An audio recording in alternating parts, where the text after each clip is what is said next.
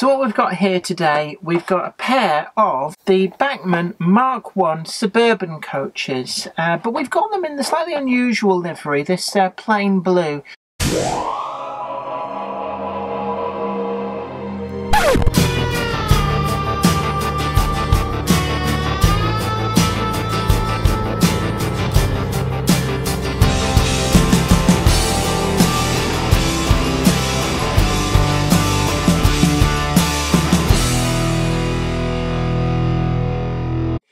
Hi there, welcome to another box opening and review video here with me, Jenny Kirk, and we've got something special for you today. I've been picking up a few bits and pieces, and these particular ones, I've been looking for these for quite some time, so without further ado, let's take a closer look.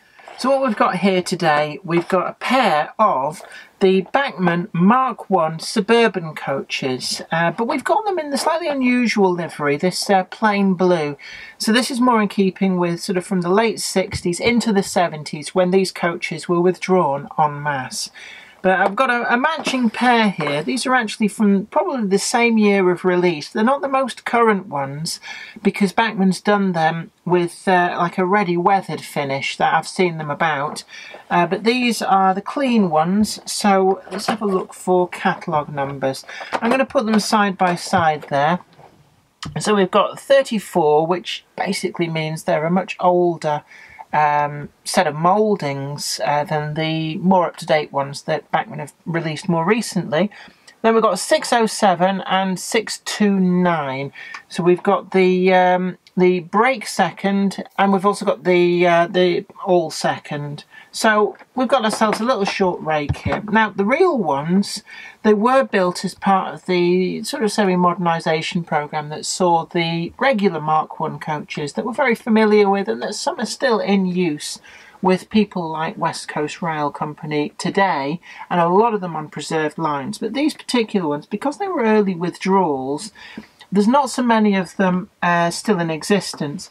I know that when the Bluebell Railway was first reopened, some of the coaching stock which they used, they got some of these and they treated them really as something to just get passengers in, move them on the line, and they weren't treated necessarily as preserved. They were just very much a utility vehicle. But in their own right now, certainly be an interesting addition to any preserved line. They would have been used on, for example, the very intensive services into places like London King's Cross. They're slightly shorter, they're 57-foot wheelbase, so they would go around slightly tighter curves, and I have a feeling that these may have been the coaches that went through things like Hotel Tunnel, which they had two very tight tunnels at King's Cross that carried on through and met up with another line which were closed in the 70s. Well, let's get into these. I've decided to review them as a pair because really it seemed the most sensible thing to do. Now in this particular livery it's much more niche because they weren't late lasting. A lot of people tend to overlook this period of modelling, but it's something that for me, I just really wanted a set of these coaches in this particular livery, and Bachmann seemed very reticent to bring them out all that often. So let's just get both of these opened on. Let's get them out. It's pretty standard Bachmann packaging, but you can see we've got the slightly older type of box with the all over blue instead of the blue and red, and it just really denotes that I've been able to find these from a previous batch that would have been out a few years ago, but they were new in box, so they've just sat around on shop shelves for a while. And that was one of the problems with this particular livery, because it didn't sell all that well. They just seem to sit around a long time and you know, become very hard to get. So let's take these out.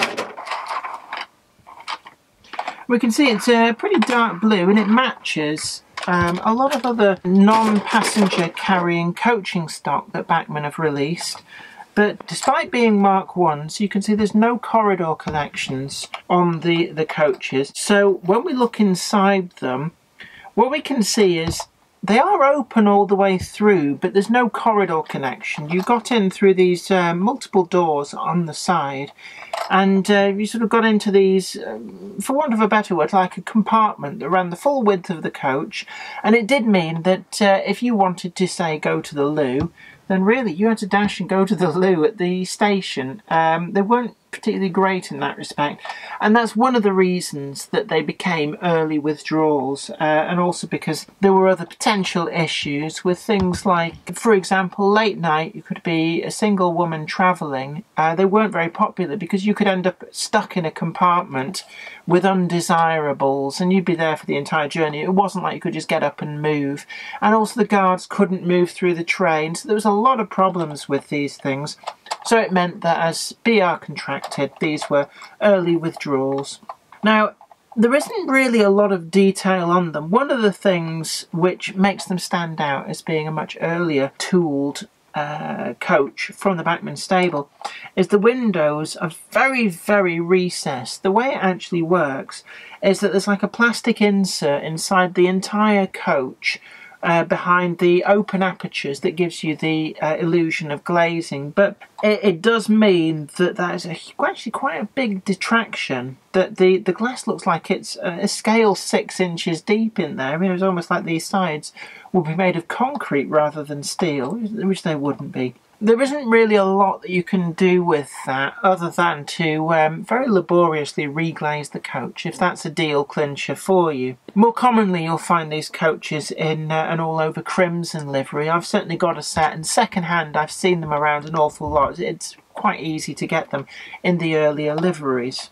In terms of special editions, the only one that I can think of, the only other livery that I've seen out and about, apart from the BR Crimson or the BR Maroon, is Model Zone did a version in the yellow with the black chevrons. Now, I do have some of the other special commissions that Model Zone produced in the re-railing liveries, but sadly I was unable to get the version that they produced of the brake second in that livery. And it now actually trades for some pretty big money on internet auction sites, which is a shame because it's one that I would have liked. Underframe detail, well, this is where this model does shine somewhat.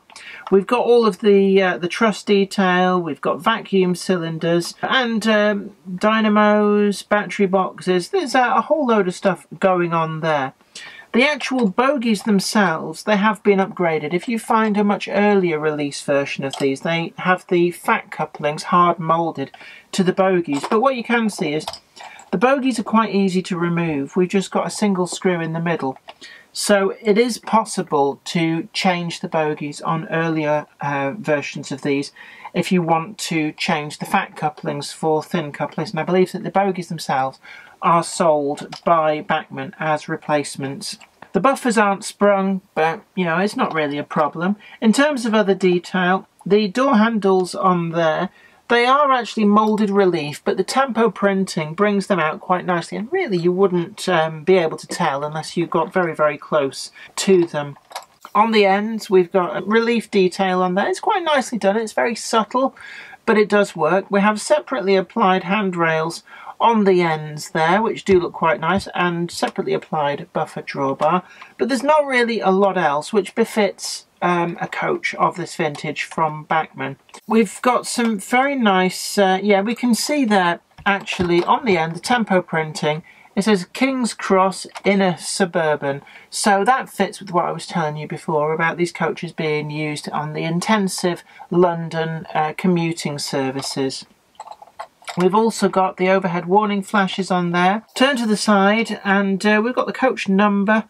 And on the windows we've got some of the no smoking stickers on some of the windows, the compartments. Although looking through the coach it does look a little bit open in places, so it's a bit like, I mean, I remember before they outlawed smoking in places like restaurants, they used to have the smoking section and the non-smoking section, but there was, you know, the smoke knew no boundaries. So if you were if it was tough luck enough for you to be sat right next to the edge of the smoking area, you could still get a regular lungful of nicotine, even though you were technically in the non-smoking area. And because there was no corridors and no enforcement, wasn't really much to stop people from piling in and just lighting up with impunity, because who was going to stop them? If we move over to the brake second, we can see that the underframe detail is exactly the same. Same bogies, same underframe trusses, all of that is the same. However, what we can see here is that we do have an accurate rendition of the ends. Now, the inner end is exactly the same as the standard second, which I've shown you before, but if we look to the other end, we can see that that is accurately modelled to represent the very end of the train. So that's just something, a nice bit of detail. And we can also see on the roof detail there as well that the brake second has a different roof detail which matches with the prototype. So it's a nice little bit of attention to detail which works quite nicely.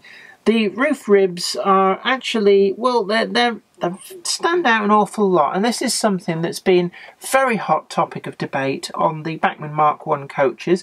When they were first released, they had very prominent roof ribs, which a lot of people complained about, and when they retooled them after some of the mouldings started to wear out, they went probably a little bit too far the other way, and they were just completely smooth. On these, what can be seen is that with the age of the tooling, the roof ribs have a few areas where they look a little bit sort of, well, not quite right. And what I suspect is it's a sign that the tooling, dating right back to the very early years of Bachmann, is starting to wear out a little bit. On the brake end, we've got the accurate rendition of the doors for the brake compartment. And on the windows there as well, we've got the correct detail. We've got the bars on the window for the very, very end guards compartment. Everything else is pretty much the same. So again, yeah, we've got King's Cross in a Suburban. We've got tempo printed on the end. So these two are a perfectly matched set. I'm going to look out for some more of these, but certainly for anybody who models the late 60s into the early 70s period, these are actually very much a must in terms of coaching stock to have. So they're going to find a great pride of place in my collection. I'm going to look out for some more so I can make up a nice prototypical length rake of these. Well, I hope you enjoyed that, and don't forget to like this video, share it too, and subscribe to the channel, and you'll be the first to know about new videos as and when they get put up there. But thanks very much for watching, and until next time, you take very good care of yourself. Bye for now. Today's video has been brought to you by my books, Bringing Home the Stars, Twinkle Little Star, and also you can get the complete comic collections of All Over the House, Books 1, Books 2, and also the wacky zany Life of Knob T Mouse. Thanks, and catch you later.